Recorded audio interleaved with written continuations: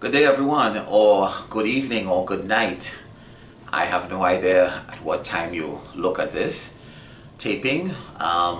We are up to the 5th weekend in the Easter season, and there's a continuation in our theme from last week. Last week we had one of the I am statements of Jesus, I am the Good Shepherd. And this weekend it continues, but this time Jesus says, I am the vine. It is all metaphorical language that Jesus uses in speaking of himself. As I mentioned last week, there are 7 of them in John's Gospel, and each one gives us an insight into our relationship with the divine. They are important because they tell us specific things about God's nature and how God acts. And if we are to know God, we need to know who he is as revealed to us in God's word.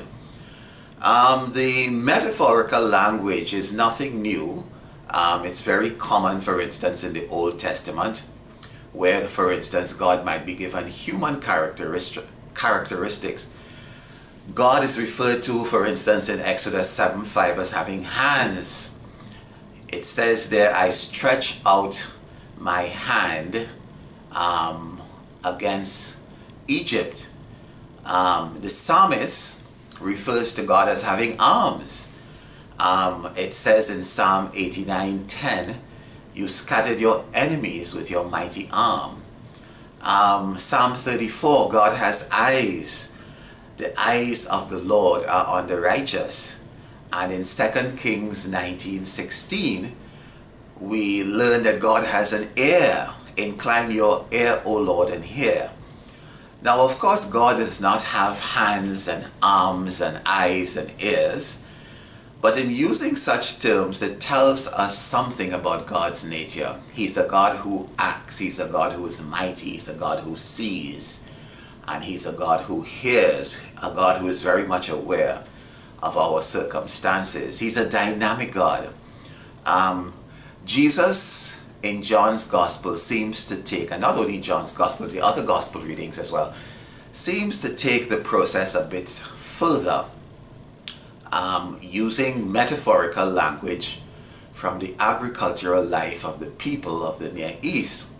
And they are very powerful images that would have resonated with the people of his time. The one that is used this week is a very dynamic reference from the world of grape cultivation. Grape cultivation and wine production were very common everywhere in the region where Jesus lived, and everyone would have known about it.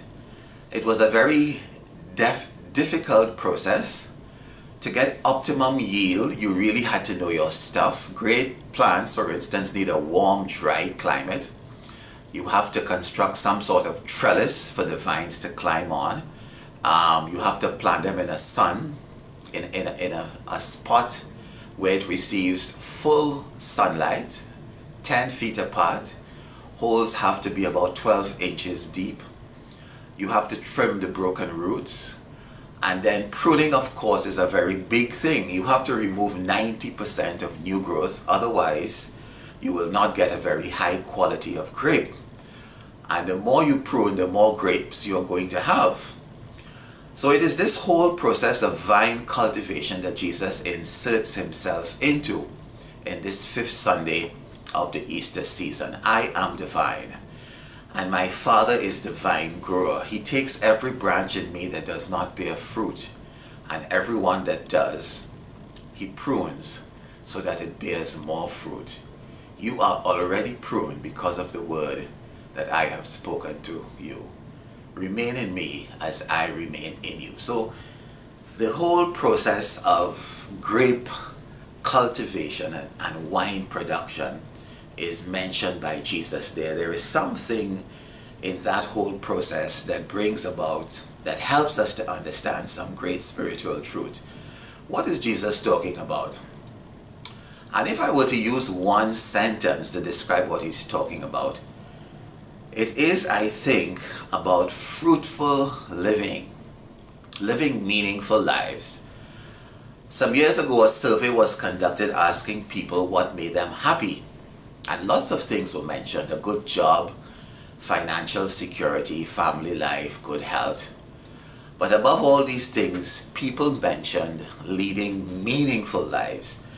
People want their lives to matter. A lot of elderly persons give up on life when they feel that their lives don't matter, that they are not important to anyone. Well, our reading suggests today that a life based on Christ, nourished by His Word and sacraments, brings that peace, joy, and meaning that we all long for. Our life takes on new meaning. And of course, the church is the visible expression of Christ, as St. Paul says in our second reading. It is there that we can draw nourishment for our lives.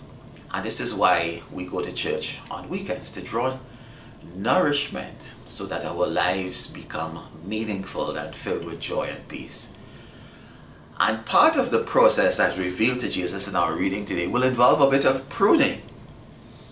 And pruning is letting go, cutting off. It gives new meaning and new purpose to our suffering and trials, because God is making us better people through our suffering and through our pain. If we could let go, for instance, of our intellectual pride, if we could let go of that old grudge, if we could let go of the tendency to feel that we must always be right, that tendency of looking at the mistakes of others rather than our own mistakes, then God helps us through this process of realizing some of these areas in our lives that we need to prune. It helps us to become better people. And you know, there might even be things that you once enjoyed that God is asking you to give up. I was a teacher at one time and worked a lot with young persons.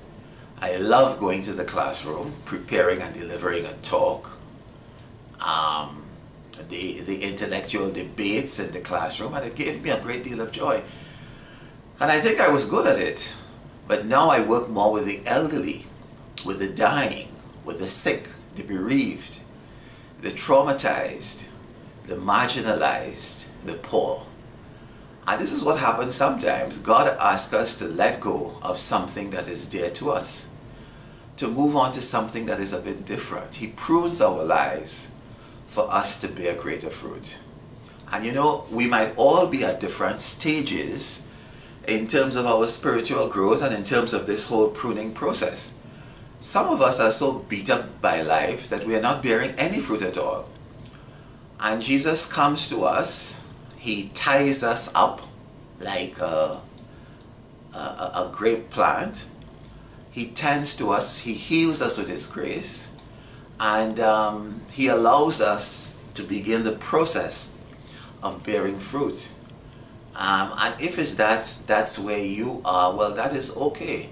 Some of us are bearing fruit already, but we could bear so much more, so that Jesus identifies areas in our lives that are sapping our growth and sets about in the process of removing them. And if this is you, then don't hold back. Communicate with God. Jesus is getting rid of certain areas in our lives that you need to let go. Do that, and you and those you love will enjoy abundant fruit that you have never imagined you could bear. God bless you all. Let us graft ourselves onto the vine, Christ, the Good Shepherd, exemplified and expressed in His church. Amen.